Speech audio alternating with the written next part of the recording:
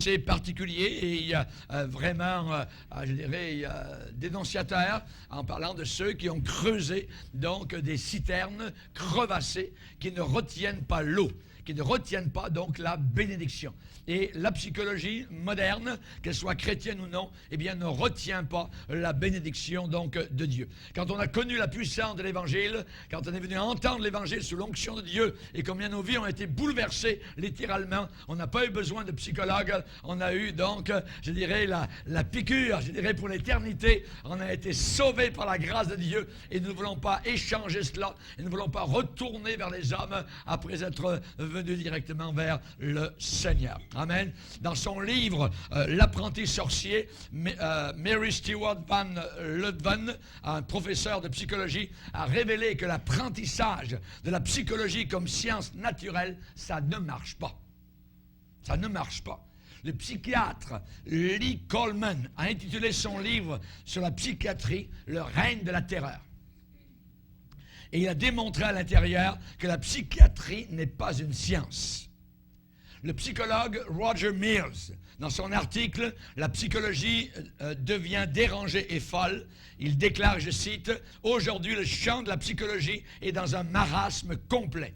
Il y a autant de méthodes, de techniques et de théories qu'il y a de chercheurs et de thérapeutes. » Il dit, j'ai vu personnellement des psychologues convaincre leurs clients que tous leurs problèmes venaient de leur père, ou de leur mère, ou de leur étoile, ou de leur composition biochimique, ou de leur diète, de leur régime alimentaire, ou de leur style de vie, ou même de leur karma développé dans leur vie passée, dans leur réincarnation. N'importe quoi. N'importe quoi. Donc, on dit aux gens, et les gens, comme c'est une science, je savais pas, et ainsi de suite. Et donc, sur des pantans, évidemment, on leur fait croire n'importe quoi. La Bible dit que ce sont des citernes crevassées.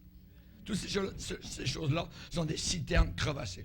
Vers la fin des années 80, on a demandé au Sénat américain d'inclure la psychothérapie dans son programme de soins médicaux, Medicare, voyez.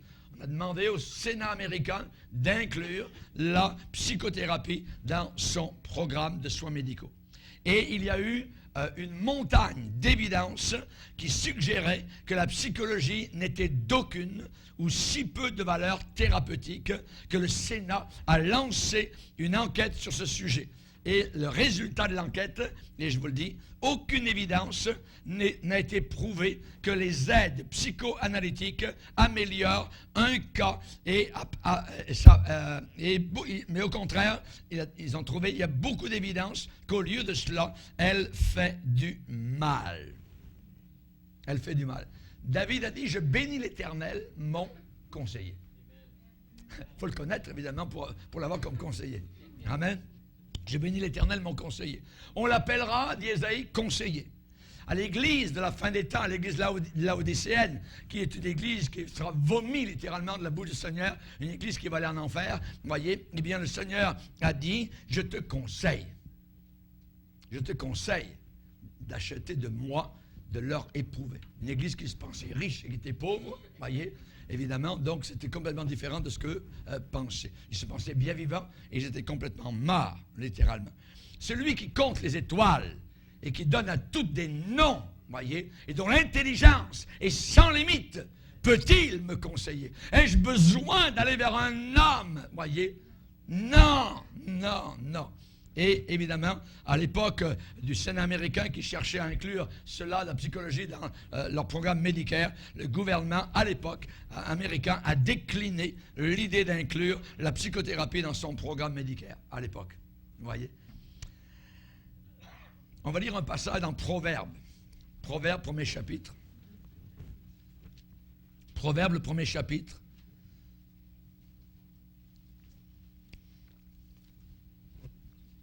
Le verset 23, Dieu va déclarer, « Tournez-vous pour écouter mes réprimandes. Voici, je répandrai sur vous mon esprit. Je vous ferai connaître mes paroles. Mais puisque j'appelle et que vous résistez, puisque j'étends ma main et que personne n'y prend garde, puisque vous rejetez tous mes conseils et que vous n'aimez pas mes réprimandes, moi aussi je rirai quand vous serez dans le malheur. Je me moquerai quand la terreur vous saisira, quand la terreur vous saisira comme une tempête, et que le malheur vous enveloppera comme un tourbillon, quand la détresse et l'angoisse fondront sur vous. Alors ils m'appelleront, je ne répondrai pas. Ils me chercheront, ils ne me trouveront pas. Exactement comme le roi Saül, vous voyez, Dieu ne se laissait plus trouver à ce moment-là, quand il était tellement désobéissant. Parce qu'ils ont haï la science, c'est-à-dire la connaissance de Dieu, et qu'ils n'ont pas choisi la crainte de l'Éternel, puisqu'ils n'ont point aimé mes conseils, et qu'ils ont dédaigné toutes mes réprimandes. Ils se nourriront du fruit de leur voix, ils se rassasieront de leurs propres conseils. Oui, de leurs propres conseils. Car la résistance des stupides les tue, et la sécurité des insensés les perd. Mais celui qui m'écoute reposera avec assurance, il vivra tranquille et sans craindre aucun mal. Amen. Alléluia. Gloire à Dieu. Heureux l'homme qui ne marche pas selon le conseil des méchants, mais qui trouve son plaisir dans la loi de l'Éternel et qui la médite jour et nuit. Alléluia. Amen. Vous connaissez Dave Hunt, vous voyez, un grand homme de Dieu que je respecte. Il a déclaré: il est difficile de comprendre comment une fausse science, une pseudo-science, qui a été tellement discréditée par ceux qui l'ont pratiquée dans le monde, peut continuer à être tenue en si haute estime par quiconque, et encore moins par ceux qui professent être habités par le Saint-Esprit de Dieu. Dans la psychologie, l'homme est bon. Dans la Bible, l'homme est mauvais. Totalement contraire. Amen. Et la Bible dit: maudit soit l'homme qui place sa confiance dans l'homme. Il ne voit jamais arriver le bonheur. Voyez? Mais heureux l'homme qui place sa confiance dans le Seigneur. C'est autre chose. Qu'est-ce au juste que la psychologie chrétienne? Qu'est-ce au juste que la psychologie chrétienne? Sans le savoir, il y a beaucoup de personnes qui assument, qui croient que le terme de psychologie chrétienne, eh bien, signifie, dénote une certaine connaissance chrétienne. Il y en a certains qui vont beaucoup plus loin. Ils assument que certains grands chrétiens du passé ont fondé des écoles infaillibles de psychologie chrétienne. Imaginez, c'est faux et ce n'est pas vrai. Si cela avait été le cas, Jésus-Christ, celui qui a guéri le plus de gens, voyez, de tous les temps, aurait, à ce moment-là, utilisé la psychologie pour guérir, voyez, ceux qui lui étaient présentés. Non! Jésus n'a jamais utilisé la psychologie. Sa parole, sois guéri, relève-toi, marche, ainsi de suite. Il les guérissait par sa parole. Amen. Alléluia. Jésus a dit: le Saint-Esprit de Dieu est sur moi, parce qu'il m'a oint pour annoncer une bonne nouvelle aux pauvres et pour guérir ceux qui ont le cœur brisé. Ce n'est pas l'homme qui guérit l'homme. C'est Jésus-Christ qui guérit les cœurs brisés. Alléluia. Merci Seigneur. Amen. Ni l'apôtre Paul, ni Simon-Pierre, ou tout autre écrivain de la Bible, voyez, n'ont utilisé la psychologie. Ni tout grand chrétien, je dirais, notable, remarquable au travers des siècles. Dans les années 70-80, il y avait des stickers sur les voitures des chrétiens, ils les achetaient, c'était marqué « Jésus-Christ est la réponse ». Jésus-Christ est la réponse. Après quelques années, les stickers ont changé. Jésus est la réponse. Aujourd'hui, ça a encore changé. Il est la réponse. Les églises sont tellement frileuses, timides et charnelles qu'elles n'osent même plus dire que Jésus-Christ est la réponse. Aujourd'hui, c'est la psychologie qui est la réponse. Et si vous ne rentrez pas dans ce système-là, alors vous êtes déclassé, vous êtes vieux jeu. Merci Seigneur. Amen. Si la psychologie était vraiment la réponse, pourquoi n'a-t-elle pas apporté la guérison des problèmes qui tourmentent et harcèlent l'humanité depuis le commencement des temps? Voyez? Dans Proverbe 19, il est dit: cesse, arrête mon fils d'écouter l'instruction psychologique si c'est pour t'éloigner des paroles de la vraie science, la parole de Dieu. Arrête d'écouter ça. Arrête d'écouter. Si vous connaissez un psychologue chrétien et vous le voyez un jour en train de parler, sortez de là. Sortez de là! Ne vous laissez pas laver encore le cerveau. Oui. La Bible dit: faites tous vos efforts pour joindre à votre foi la vertu, et à la vertu, la science. C'est-à-dire connaissance de Dieu. La vraie science dans la Bible, c'est la connaissance de Dieu. N'oubliez pas tu ne laboureras pas avec un bœuf et un âne attelés ensemble.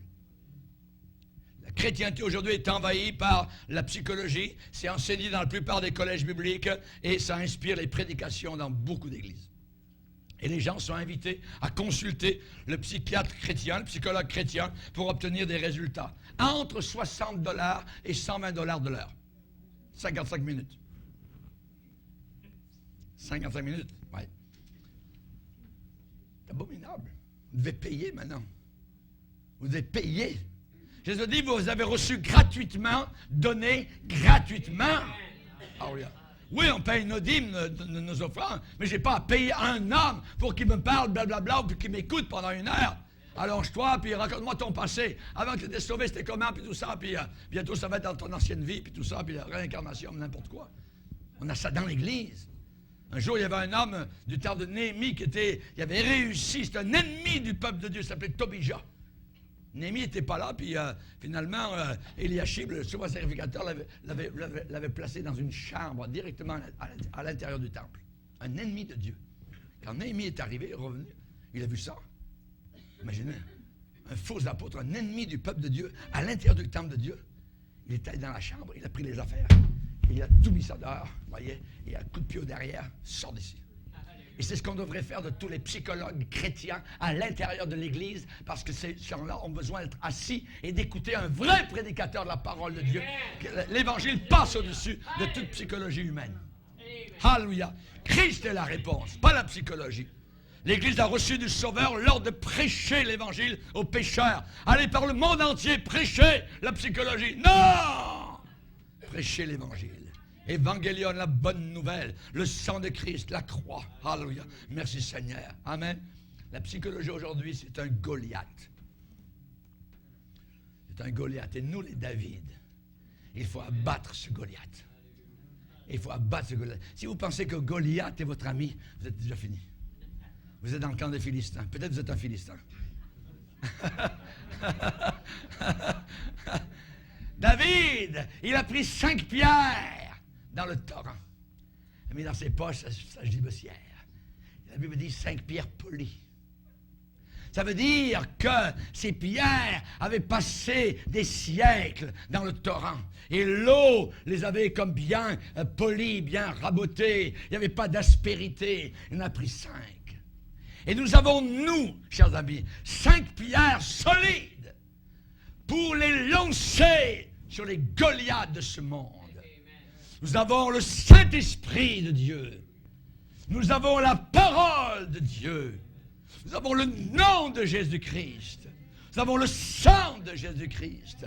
Nous avons l'œuvre de la croix qui a écrasé Satan directement au calvaire. Lancez ces pierres polies qui ont fait leur preuve au travers des siècles sur les démons de l'enfer et vous serez victorieux. Amen. La prétendue psychologie chrétienne, la soi-disant, est-ce que c'est une façon perfectionnée de communiquer la parole de Dieu? Ou bien est-ce un message totalement différent? La Bible parle d'un autre évangile. Si quelqu'un vous annonce un autre évangile, en grec, autre, hétéron. Hétéron, voyez. Hétéron en grec, ça veut dire différent. Ça veut dire un autre d'une autre sorte. Par exemple, Jean-Baptiste a utilisé ce mot lorsqu'il a demandé, il a fait demander à Jésus, devons-nous en attendre un autre? Es-tu le Messie ou devons-nous en attendre un autre? Hétéron, voyez, un autre différent. Ou alors, quand Joseph est décédé en Égypte, il est dit que dans Acte 7, verset 18, il parut un autre roi, un autre pharaon qui n'avait pas connu Joseph. Ça veut dire un autre différent. Un autre différent, d'une autre sorte. La Bible parle d'un autre évangile. Un évangile différent, une autre bonne nouvelle. Je me rappelle avec mon épouse, nous étions dans une conférence où je participais. Et puis il y avait d'autres prédicateurs, puis il y en a un qui était en avant, puis il arrivait, même j'ai un de ses livres, tout ça, mais c'était tout de la psychologie.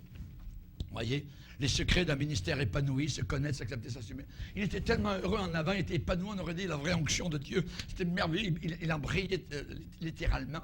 Et il disait, mais c'est merveilleux. Auparavant, les anciens nous avaient parlé de l'Évangile, mais c'est rien à côté de ce que maintenant je connais. C'est formidable tout ça. Et finalement, on ne sait pas ce que nous sommes des petits dieux, tout ça. Voyez. Et ensuite, à la fin de la conférence, il y avait un résumé qui était fait et donné à tous les conférenciers. Il avait marqué, ceux qui dirigeaient avaient marqué, puisque nous sommes maintenant des petits dieux, partons, annonçons l'Évangile dans les rues avec fierté. J'ai dit, hey, c'est quoi cette affaire-là? Tu vas m'enlever ça de cette chose. On n'est pas des petits dieux, parce que tu vas mourir comme un homme. Jamais on sera des petits dieux.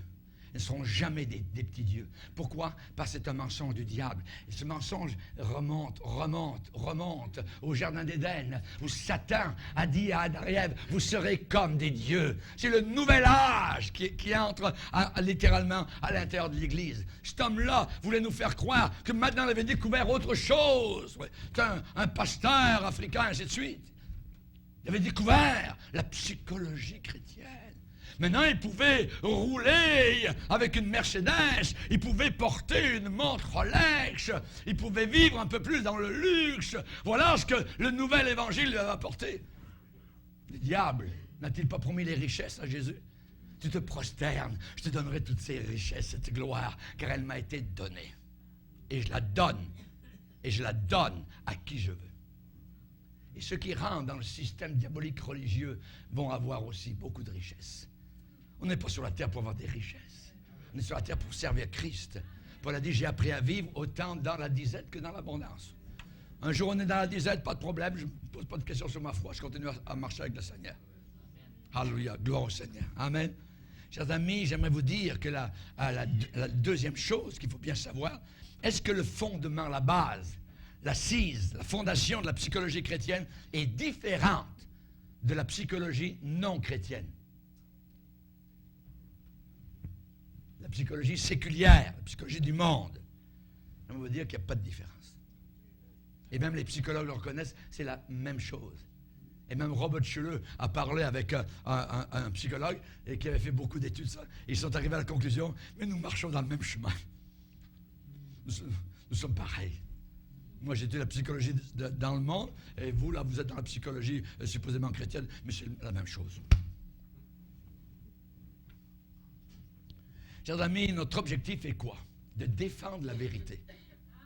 Parce que la vérité, c'est elle qui libère. Et il y a tellement de gens qui ne sont pas libérés parce qu'on ne leur dit pas la vérité.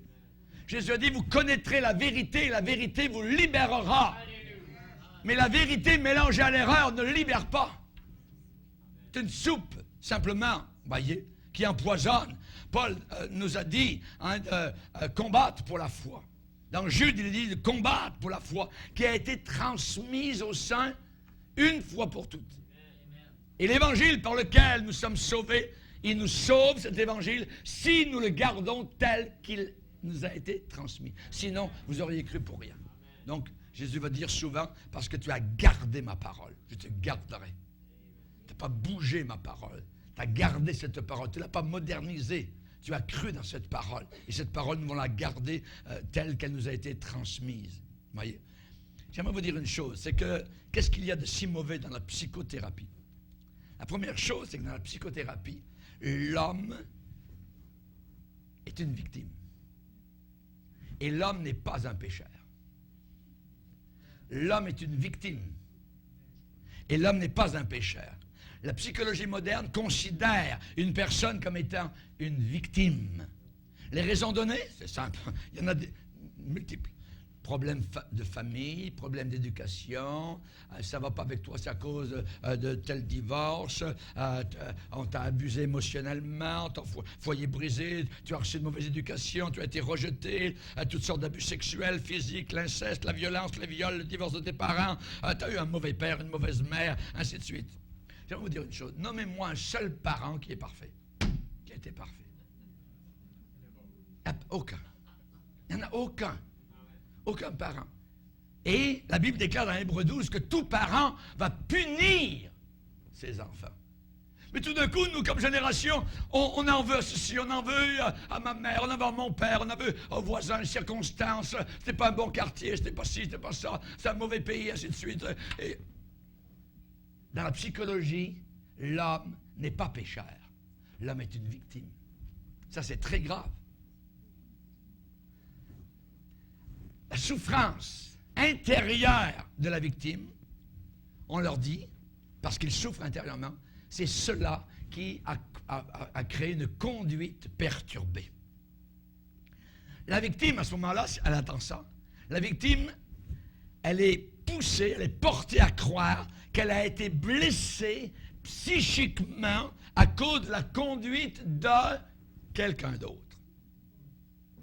C'est quelqu'un d'autre. Si tu souffres aujourd'hui, c'est pas ta faute. C'est la faute de quelqu'un d'autre. Oui. On connaît ça. On connaît le violon. Voyez. Dieu vient vers Adam. Voyez. Adam, comment ça se fait que tu sais que tu es nu? Pourquoi tu t'es caché? C'est pas moi, c'est ma femme. Dieu va vers la femme. Comment ça se fait? Adam qui a un problème. Hein? C'est pas moi, c'est le diable. Ça. Voyez. Et ainsi de suite. C'est pas d'aujourd'hui. Et dans la psychologie diabolique, vous n'êtes jamais des pécheurs. Vous êtes tous des victimes. Et vous souffrez parce que vous avez été une victime. Alors, dans une conférence, il y en avait une qui disait, embrassez-vous. Vous vous aimez, vous vous aimiez. Voyez. Montrez-moi que la Bible me dit de nous aimer. La Bible dit au contraire de renoncer à soi-même, de mortifier la chair, de crucifier la chair. C'est le contraire de la psychologie. Raisonnement est le suivant, quelqu'un qui souffre fait souffrir les autres. Alors la solution, c'est de donner à la personne blessée le sentiment de sa propre valeur.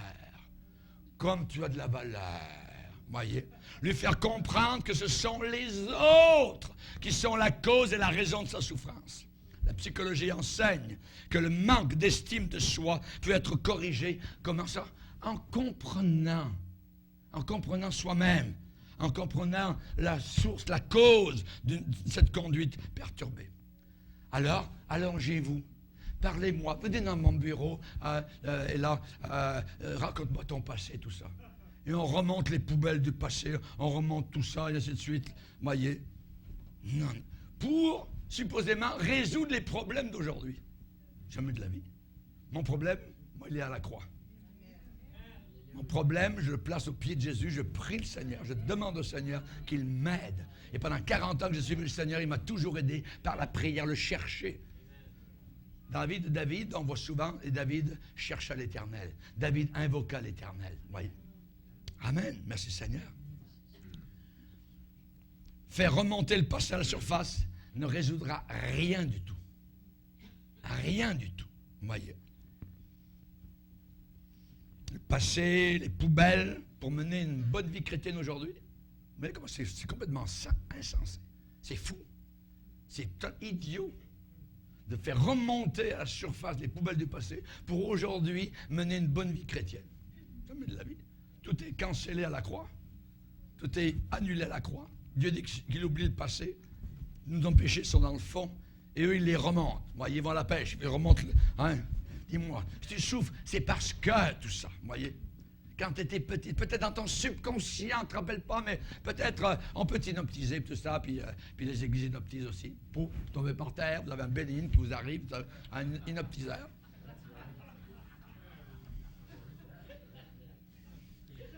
L'Évangile ne considère pas les gens comme des victimes, mais comme des pécheurs. Comme des pécheurs. La Bible dit tous ont péché. C'est la raison pour laquelle nous avons les 10 commandements. Tu ne. Voyez, on ne dit plus ça aujourd'hui. Voyez, parce que comme Robert Schuller dit, nous prêchons l'estime de nous-mêmes. Parce que si on prêchait les commandements et que les gens sont pécheurs, on amoindrirait vraiment leur qualité de vie et leur personnalité et leur estime d'eux-mêmes. Voyez. Et c'est un gars qui dit, il ne prêche jamais contre le péché. Joel Osteen, c'est la même affaire. Tous ont péché. L'Évangile ne parle pas principalement d'une souffrance intérieure. L'Évangile parle de la culpabilité. culpabilité est un sentiment qui vient à cause de mon péché. La culpabilité. Cette génération, même de chrétiens, ne veulent plus se sentir coupables. Et si quelqu'un dit qu'il n'a pas péché, il fait Dieu menteur. C'est comme s'il est en train de dire Dieu, t'es un menteur. Imaginez. Et selon l'évangile de Jésus-Christ, le problème n'est pas seulement une conduite perturbée, c'est une désobéissance volontaire à Dieu. Une désobéissance volontaire à Dieu. Vous vous rendez compte, quand David a commis son adultère, il a écrit un psaume. Il dit, tant que je me suis tu, mes os se consumaient, je gémissais toute la journée. Ça, c'est un cas merveilleux pour un psychanalyste. Il va dire, on va psychanalyser David, tout ça. David, il ne se connaît pas lui-même, ainsi de suite. Voyez, alors, on va voir tout ça, puis le caractère ci, le sanguin, le caractère flegmatique, ça, Abraham, c'est ça, ça. Ouais. Alors, les caractères, on a des réunions de jeunes, et puis là, on va regarder les caractères, puis on va dire, ben toi, tu dois aller avec tel caractère. Jamais de la vie. Jamais je me serais marié, moi. Ma femme a un caractère totalement différent de moi. Vous voyez? Mais c'est le Seigneur qui nous a conduits l'un vers l'autre. C'est autre chose. Et on reste, ça fait 35 ans. Merci Seigneur. Merci Seigneur. David a dit, tant que je me suis tu, mes os se consumaient, je gémissais toute la journée. Aujourd'hui, prendre des petits antidépresseurs, ça. Mais la petite pilule antidépresseur, le soleil va se lever demain matin pareil. Et vous aurez qu'un sentiment de péché sur votre cœur pareil. Et même si vous allez consulter un psychologue, un psychiatre, quoi que ce soit, qui va vous flatter dans le sens du poil, ça ne veut pas que vous êtes un pécheur, vous avez péché. David aurait pu dire, vous voyez, s'il avait été devant le psychologue, monsieur le psychologue, c'est terrible, tout ça, bon, il faut que je vous le dise, tout ça, j'ai commis adultère, tout ça, mais oui, mais explique-moi, raconte-moi tout ça. C'était par une belle nuit étoilée, tout ça, puis il y avait la lune, puis c'était le printemps, puis je voulais me reposer, puis, mais c'est pas ta faute, David, tu avais besoin de te reposer, puis finalement, t'es fait comme ça, puis t'as un tempérament dans ce sens-là, puis c'est pas ta faute, voyez.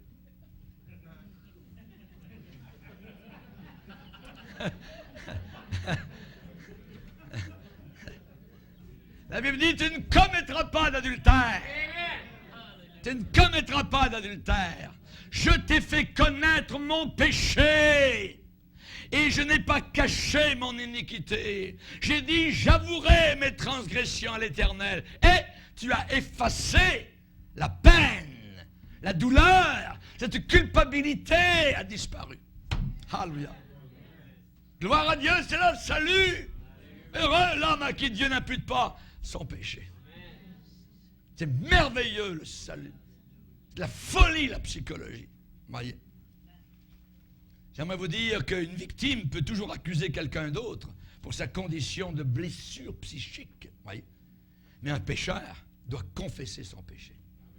Confesser son péché. Si nous confessons nos péchés, il est fidèle et juste pour nous les pardonner et nous purifier de toute iniquité. Merci Seigneur. Amen. Celui qui cache ses transgressions, celui qui n'avoue pas, celui qui dit que c'est la faute des autres, eh bien, il ne prospère pas. Il n'y a rien qui marche dans sa vie. Mais celui qui les avoue et les délaisse obtient miséricorde. Alléluia. Gloire au Seigneur. Avec la culpabilité, eh bien, c'est que je suis responsable de mes choix. Je suis responsable personnellement de mes choix. Et je ne dois pas tenir compte des circonstances négatives qui m'ont motivé. C'est moi. J'ai péché. C'est pas la faute de l'autre, c'est pas ma mère, c'est pas mon père, c'est pas... On peut mettre le doigt sur n'importe qui, vous voyez. Avec la psychologie, une conduite perturbée peut changer. Vous savez comment ils enseignent? Si je corrige mes sentiments envers moi-même.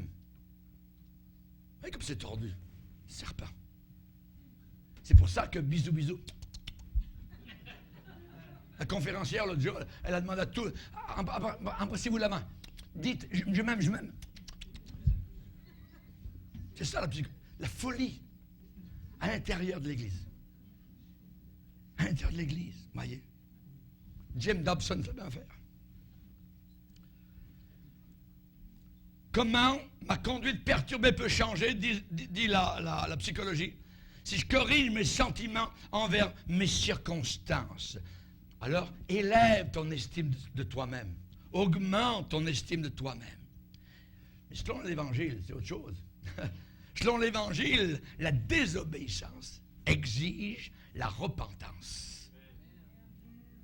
C'est la raison pour laquelle, dans cette Bible qui est complètement, n'achetez jamais ça, vous voyez, la NBS, on a enlevé le mot repentance. Vous voyez, vous n'avez même plus besoin de vous repentir, simplement changer radicalement. Vous voyez. Mais je peux changer radicalement de voiture, je peux changer radicalement de couleur de mes cheveux, je peux changer radicalement de lunettes, vous voyez, mais je ne me suis pas repenti. Vous voyez comment c'est ces Bibles-là? Une bonne Bible que vous devriez acheter, c'est la Bible Esprit et Vie. Elle s'appelle Esprit et Vie. C'est une très bonne Bible. Esprit et Vie. Vous voyez?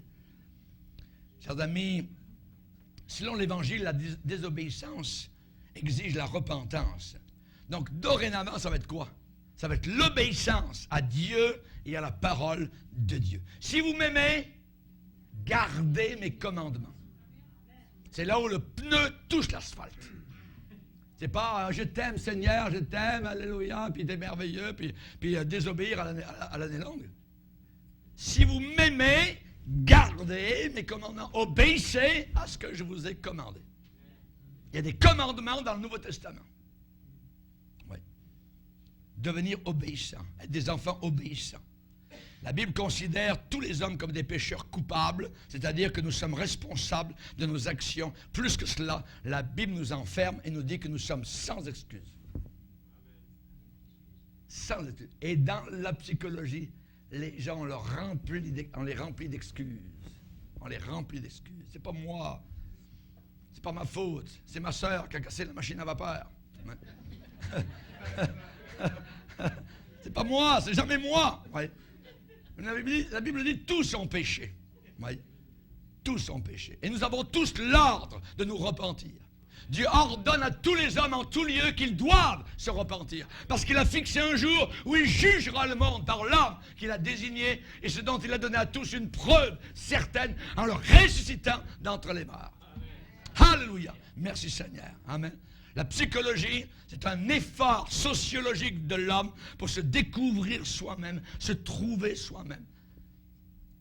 Socrate, dans l'Antiquité, eh bien, enseignait cela. C'est un incrédule, c'est un athée, littéralement. Vous voyez, connais-toi toi-même. C'était ça, sa philosophie. C'était un philosophe, vous voyez. Et on retrouve ça maintenant à l'intérieur de l'Église de Dieu. Pourquoi? Parce que les gens sont résistants à Dieu. Ils résistent, ils regimbent contre ce que Dieu demande. Ils ne veulent pas s'abandonner au Créateur et au Sauveur. Dans la psychologie, à la base, l'homme est bon. Si vous arrivez, vous évangélisez et que vous dites aux gens, vous savez, l'homme est très méchant, oh ouais, mais il y a beaucoup de bonnes personnes. L'homme est bon quand même au fond de son cœur. C'est complètement faux. Complètement faux. La Bible dit que le cœur de l'homme est tortueux et méchant par-dessus tout. Et méchant par-dessus tout. Voyez. Si vous voulez voir l'enfer, regardez votre cœur. Plongez un regard honnête au fond de votre cœur. Dans la psychologie, l'homme est bon à la base et ne possède pas une nature dépravée, pécheresse, adamique. Robert Schuller, par exemple, ce prédicateur qui est vu par des millions de personnes autour de la terre, qui a la cathédrale de verre en Californie, Robert Schuller a rendu cette fausse idée acceptable avec son faux enseignement de pensée positive. Et le clairon, je dirais la trompette constante aujourd'hui de prédication actuelle, c'est toujours le potentiel humain. Ce que l'homme peut, le potentiel. Tu as un grand potentiel. Comment être une réussite, comment être un succès. Mais on entend cela dans le monde avec Amway, avec les compagnies qui... c'est le même langage, nouvel âge. Oui. Ce sont des techniques de relations humaines, d'estime de soi-même. Et nous avons Robert Schuller en Californie, Joel Osteen à Houston, Texas, Rick Warren à Saddleback en Californie, Bill Hybels à Chicago. Ils sont tous dans le même bateau.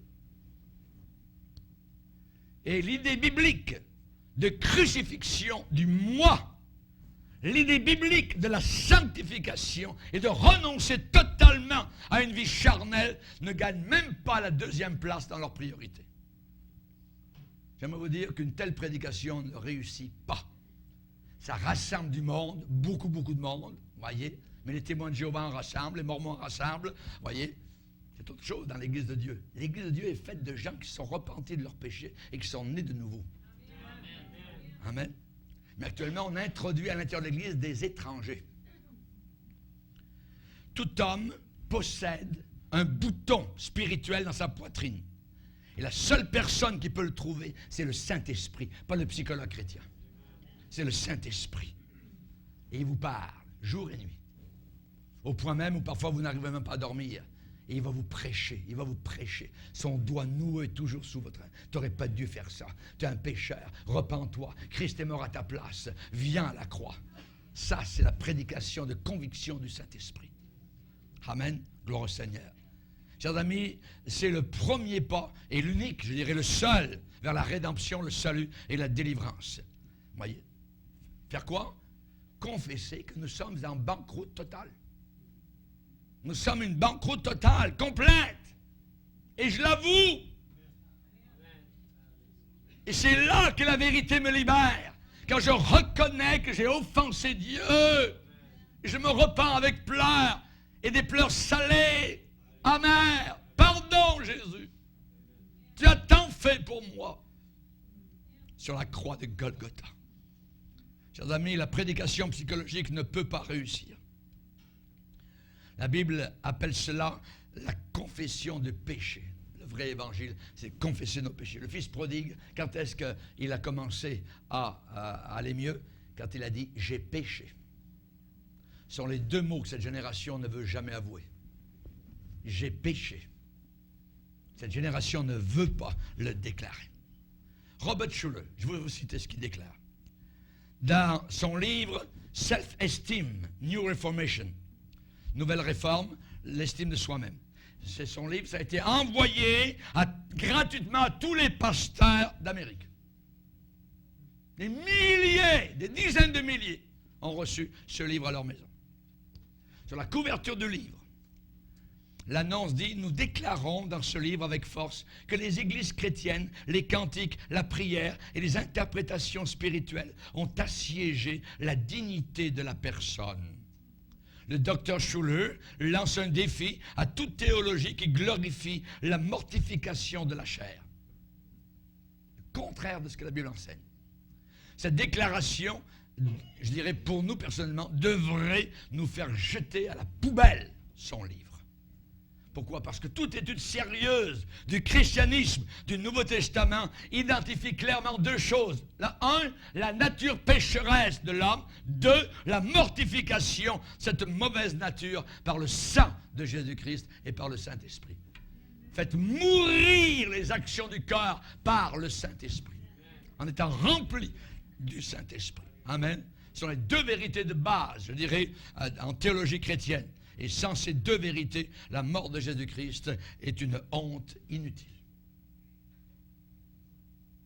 Maintenant, est-ce que les personnes sont malades ou alors c'est la convoitise de la chair? La psychologie, cette philosophie, dit que quelqu'un souffre d'alcoolisme. Souffre d'alcoolisme. C'est drôle parce que la Bible dit, ma Bible dit, ne vous y trompez pas, aucun alcoolique n'entrera dans le ciel. Oh, est-ce que Dieu va envoyer des malades en enfer? Non, il envoie des pécheurs en enfer. Mais la psychologie dit que ces gens-là souffrent d'alcoolisme. Je vais vous dire que les ha-ha, c'est zéro. La Bible, c'est tout. C'est Christ qui libère l'alcool. La psychologie ne parle pas du péché d'ivrognerie. La psychologie ne parle pas du péché d'ivrognerie. Mais vous êtes un malade. Vous êtes devenu malade. Vous ne pouvez pas vous passer de la bière. Vous ne pouvez pas passer d'alcool. Le matin, vous le vend dans le frigo tout de suite. Vous êtes un malade. Vous êtes malade. Vous n'êtes pas malade, vous êtes un pécheur. Vous êtes un pécheur, c'est la convoitise de la chair. Vous êtes lié, littéralement. La débauche sexuelle, l'adultère, ne sont pas considérés dans la psychologie comme étant des péchés. Vous savez comment ils disent? C'est seulement une trop grande liberté sexuelle. vous permettez trop de choses. Vous voyez, c'est pas un péché. La colère. La psychologie qualifie la colère de conduite impulsive, etc., etc. Ils ont trouvé des mots. Vous voyez? Et ces péchés sont regardés comme étant des maladies. Mais une maladie doit être traitée. Une maladie, c'est quelque chose qu'on attrape. Une maladie nous est transmise sans notre volonté. Donc, il faut la faire traiter par un professionnel de la santé, un médecin, un psychiatre, un psychothérapeute, un biologiste. Voyez, les jeux compulsifs, voyez, les jeux de hasard, c'est des malades. Ils sont malades, ils sont pris là, la machine. Ils sont malades, voyez. C'est pas vrai. La Bible dit qu'ils sont des cupides. Et qu'aucun cupide, ce qui est une idolâtrie, n'entrera dans le ciel. Ce n'est pas des malades, c'est des pécheurs. La convoitise de la chair. Chaque maladie exige un traitement approprié. La Bible enseigne que les péchés d'ivrognerie, de débauche, de querelle, voyez, de déviation sexuelle, de haine, d'homosexualité, de colère, de chicane, sont les œuvres de la chair et que personne qui fait ça n'entrera dans le ciel. C'est pour moi qu'il le dit, c'est dans la Bible. On va le relire peut-être, ça sera intéressant. Galates 5.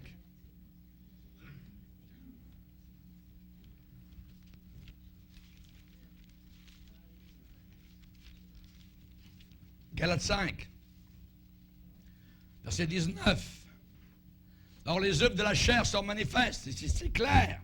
Sont l'impudicité, l'impureté, la dissolution, l'idolâtrie, la magie, les inimitiés, les querelles, les jalousies, les animosités, les disputes, les divisions, les sectes, l'envie, l'ivrognerie, les excès de table et les choses semblables. Je vous dis d'avance, comme je l'ai déjà dit, que ceux qui commettent de telles choses n'hériteront point le royaume de Dieu. La chair, c'est quoi? La chair, c'est l'être charnel en nous. C'est ce qui a été affecté, pourri, touché, corrompu dans notre nature humaine, hérité d'Adam. Ceux qui vivent selon la chair ne sauraient plaire à Dieu. Romains 8. Romains 5. Par un seul homme, le péché est entré dans le monde, et par le péché, la mort. Et ainsi la mort s'est étendue sur tous les hommes, parce que tous ont péché. Et de même, par un seul acte de justice, la justification qui donne la vie s'étend à tous les hommes. De même, par l'obéissance d'un seul, beaucoup seront rendus justes. Alléluia. Ça, c'est l'évangile de Christ. La seule solution pour la culpabilité du péché, c'est le sang de Jésus-Christ. La seule solution pour combattre les convoitises de la chair, c'est pas se connaître soi-même, c'est le Saint-Esprit qui nous donne une puissance surnaturelle pour faire mourir ses péchés et nous faire vivre une vie sainte et propre. Alléluia. Gloire à Dieu. Si vous vivez selon la chair, vous mourrez. Mais si par l'Esprit vous faites mourir les actions du corps, vous vivrez. La responsabilité de marcher selon l'Esprit incombe aux chrétiens et les résultats sont garantis. Amen. Mais voilà, le problème, c'est que pour l'homme psychologique, il n'y a pas besoin d'un sauveur. Il n'y a même pas besoin d'un sauveur. Pourquoi? Parce qu'on n'est pas perdu. On n'est pas perdu, tout le monde va au ciel. Vous n'avez qu'à voir, aller dans une église catholique, lorsqu'il y a un enterrement, le curé les envoie tous au ciel. Ils vont tous au ciel. Oui.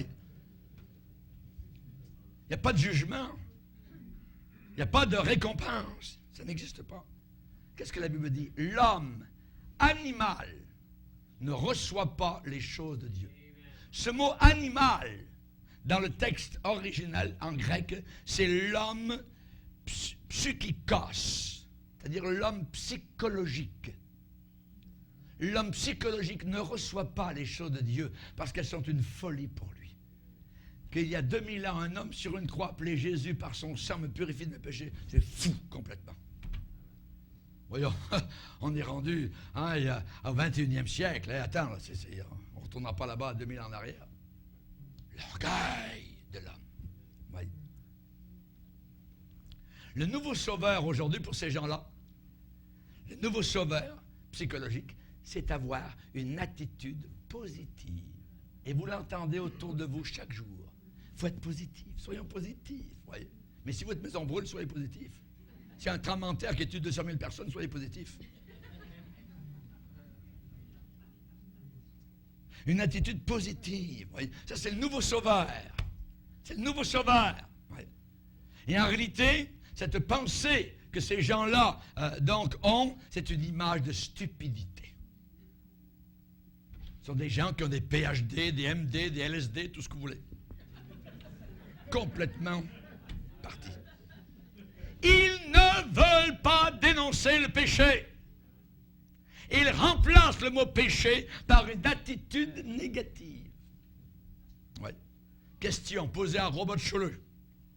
Qu'est-ce que le péché, monsieur le pasteur? Très bonne question. Réponse, Robert Schuller. Ce que je veux dire par le mot péché, eh bien, c'est toute condition ou action humaine qui vole et dérobe à Dieu sa gloire en dépouillant l'un de ses enfants de leur droit de dignité divine.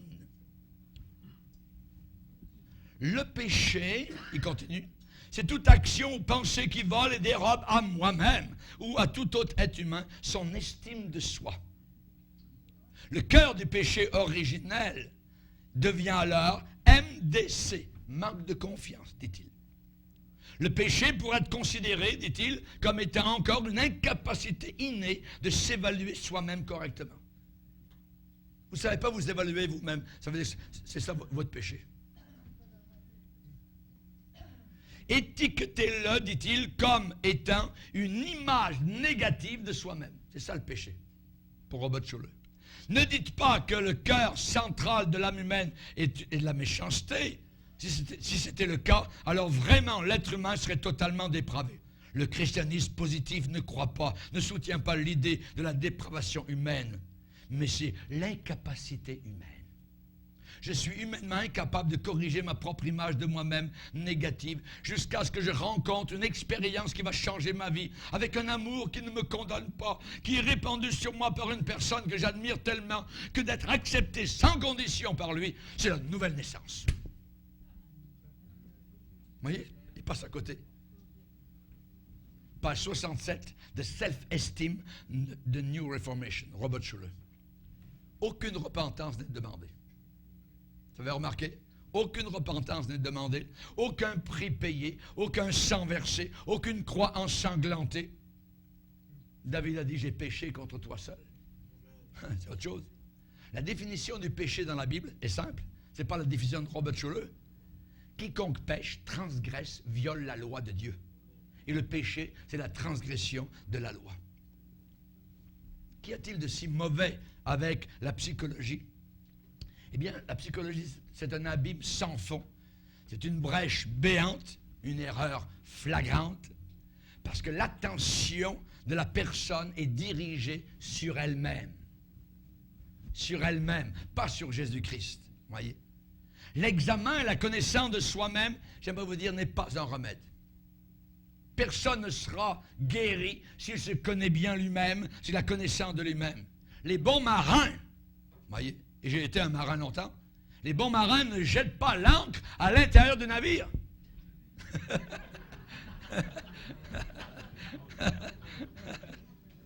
Amen. On a besoin de quelqu'un de plus grand que nous-mêmes.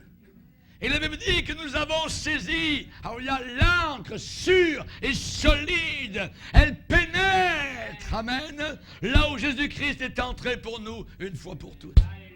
L'ancre, elle n'est pas ici, elle n'est pas à l'intérieur. Aujourd'hui, ils vont dire, ben, la solution, elle est en toi. C'est en toi, regarde, c'est en toi, jamais de la vie. En moi, c'est de la pourriture, c'est de la saleté, c'est du péché, arrête. Il n'y a rien de bon, Paul va dire en moi. C'est ailleurs, l'ancre. On la lance ailleurs. Amen. Alléluia. Il n'y a aucune victoire dans le moi. On a besoin de quelqu'un de plus grand, que ce quelqu'un c'est Jésus-Christ. Et tôt ou tard, il faut réaliser que le chemin de la victoire dans la vie chrétienne, c'est s'occuper du Seigneur et pas de soi-même. Cherchez premièrement le royaume de Dieu et sa justice, et le reste vous sera donné par surcroît. Amen. Alléluia. Peter Gint, une dernière. Alléluia. Je sais que vous êtes un peu fatigué. Un jour, il a visité un hôpital psychiatrique. C'est une histoire vécue qui a été rapportée par le dramaturge norvégien Ibsen. Et il a dit, tous les gens, c'est dans un hôpital psychiatrique, il dit, tous les gens semblaient normaux et personne ne semblait être fou. Tous les gens parlaient de façon raisonnable de leurs projets futurs. Et quand Peter est allé voir le médecin sur place, il lui a dit, mais ils sont pas fous, ils parlent de manière sensée, tout ça. Le médecin a répondu à Peter Gint, ils sont fous. J'admets qu'ils parlent avec sens, mais tout est centré sur eux-mêmes. En fait, ils sont obsédés intelligemment par leur moi. C'est le moi le matin, c'est le moi le midi, c'est le moi pendant la nuit. Et ici, dans ce lieu, on ne peut s'échapper du moi. On le trimballe partout, avec soi, même dans les rêves. Oh oui, jeune homme, on parle ici de façon sensée, mais on est fou sans l'ombre d'un doute. Ils sont vraiment fous, même les médecins. La psychologie moderne est basée sur la sagesse des hommes et non pas sur la sagesse de Dieu. Pas sur la sagesse de Dieu. L'opinion des hommes plutôt que l'autorité de la parole de Dieu. Dans une conférence chrétienne, dernièrement, le psychologue qui était en avant disait aux gens qui étaient là, mes convictions les plus profondes. Voilà mes convictions les plus profondes. Il répétait ça tout le temps, tout le temps. Nous aimerions entendre, il est écrit. La parole de Dieu dit, amen. La sagesse de Dieu, c'est la croix. C'est la croix, c'est une folie aux yeux de ce monde. Quand Naaman, qui était lépreux, on lui a demandé d'aller se jeter, de se plonger dans le fleuve du Jourdain, c'était une folie. Et il repartait. Et un de ses amis a dit, mais si le prophète avait demandé quelque chose de plus dur, tu ne l'aurais pas fait. Essaye. Finalement, il a dû se dévêtir, il a dû enlever tout ça, descendre donc dans le fleuve. Tous les gens ont vu sa lèpre. Une fois, deux fois, le prophète avait dit, je pense que c'est 7 fois. Et la 7e fois, pouf, il était complètement guéri. La peau douce complètement. Comment ça se fait qu'en regardant la croix, qu'en admirant Jésus-Christ cloué pour moi avec des clous de fer romains dans ses pieds et dans ses mains et son sang qui coule, ça me sauve, ça me libère. La croix, c'est ma bouteille de respiration et d'oxygène. Hallelujah. Je vis l'éternité à la croix du calvaire. C'est la porte d'entrée du ciel. Alléluia. Que Dieu soit glorifié. C'est une folie. Amen. C'est une folie. Mais la lèpre de Naaman était partie. Quand il a obéi.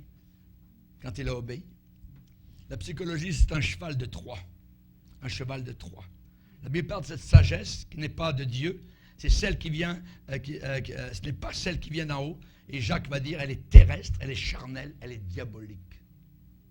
Elle est diabolique. Si vous voulez jouer avec le diable, allez-y, pas moi. Oui, pas moi. Il y a une diversité d'opinions vis-à-vis de la psychologie. C'est visible. Vous savez qu'il existe plus de 250 systèmes de psychothérapie. Il existe plus de 2000 techniques, voyez, compris celles qui peuvent aider vos animaux. Les animaux ont besoin d'un psychologue aussi. Mais oui. Ben oui. Mais puisqu'on est devenus comme des animaux, pourquoi pas? Darwin a découvert qu'on est un singe. C'est abominable, c'est abominable. En terminant, je vous dirais que cette tendance comporte un élément très, très dangereux. C'est que la raison humaine, l'intelligence humaine remplace la parole de Dieu pour résoudre les problèmes émotionnels des gens. Vous voyez? En réalité, ce qui s'est passé, c'est exactement ce qui s'est passé lors du temps de Roboam.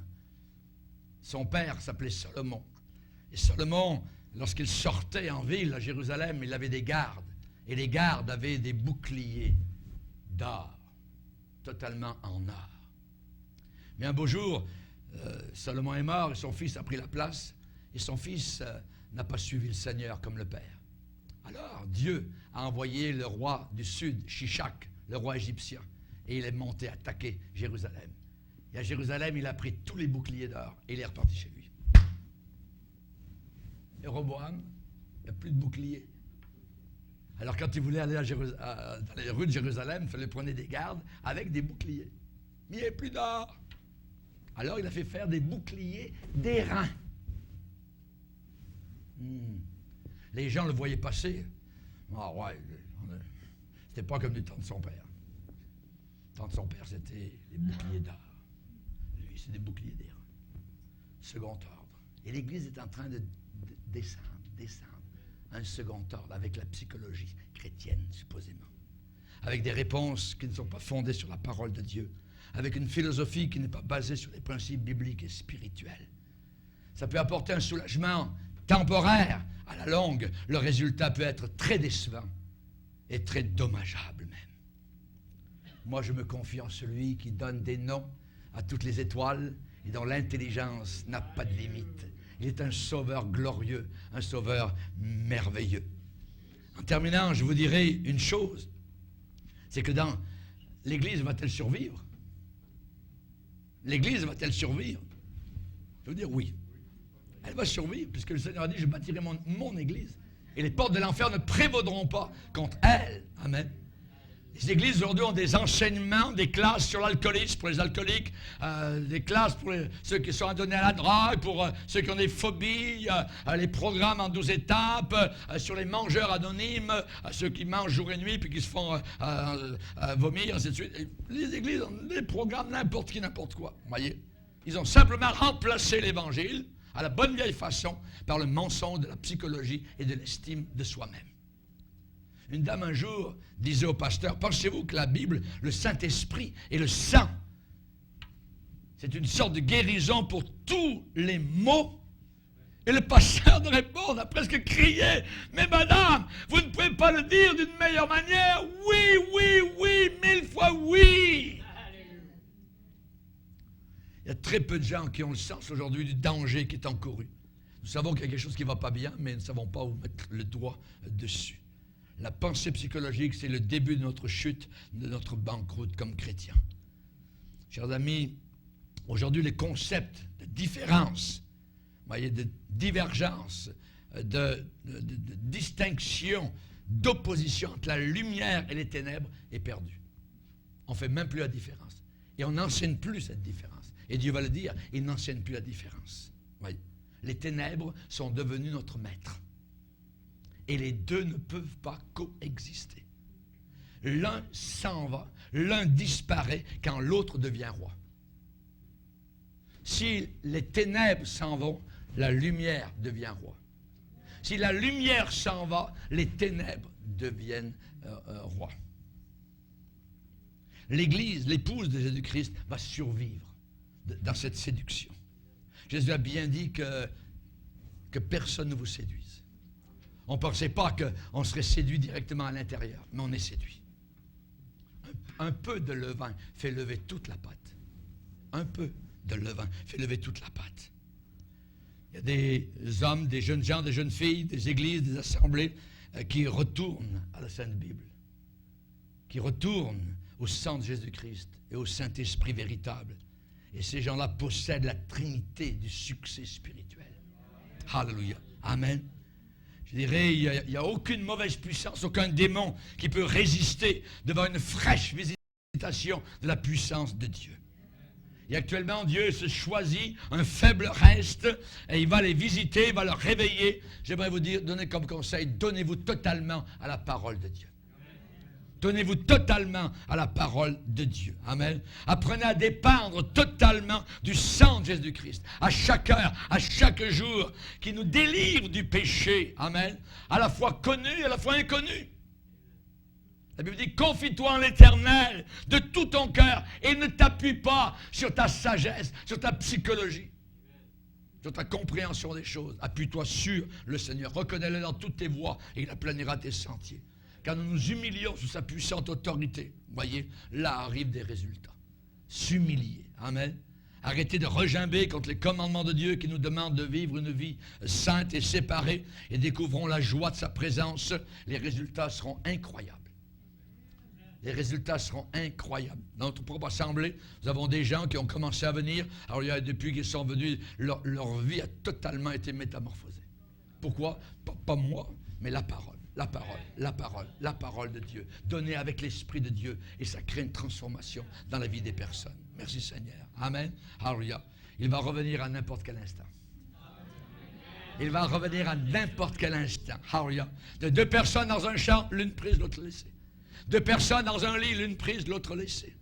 Les chrétiens sanctifiés, purifiés, vont monter à la rencontre de Christ dans les airs. Et nous suivrons Christ jusqu'au trône du Père. Alléluia. On aura des noces, un repas de noces préparé là-haut par les anges, les archanges, les séraphins. Nous serons servis comme des princes et des princesses. Mais sur la terre, on n'est pas des princes et des princesses. On porte une couronne d'épines. On reçoit des crachats. On est cloué. Le sang coule. La sueur est là. Amen. On est méprisé. Ça, c'est le lot avant. Si nous souffrons, nous régnerons aussi. Alléluia.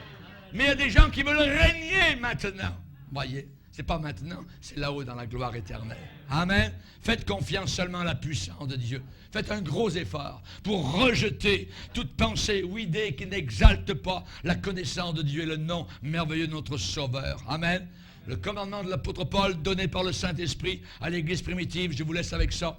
Si nous marchons dans la chair, nous ne combattons pas selon la chair.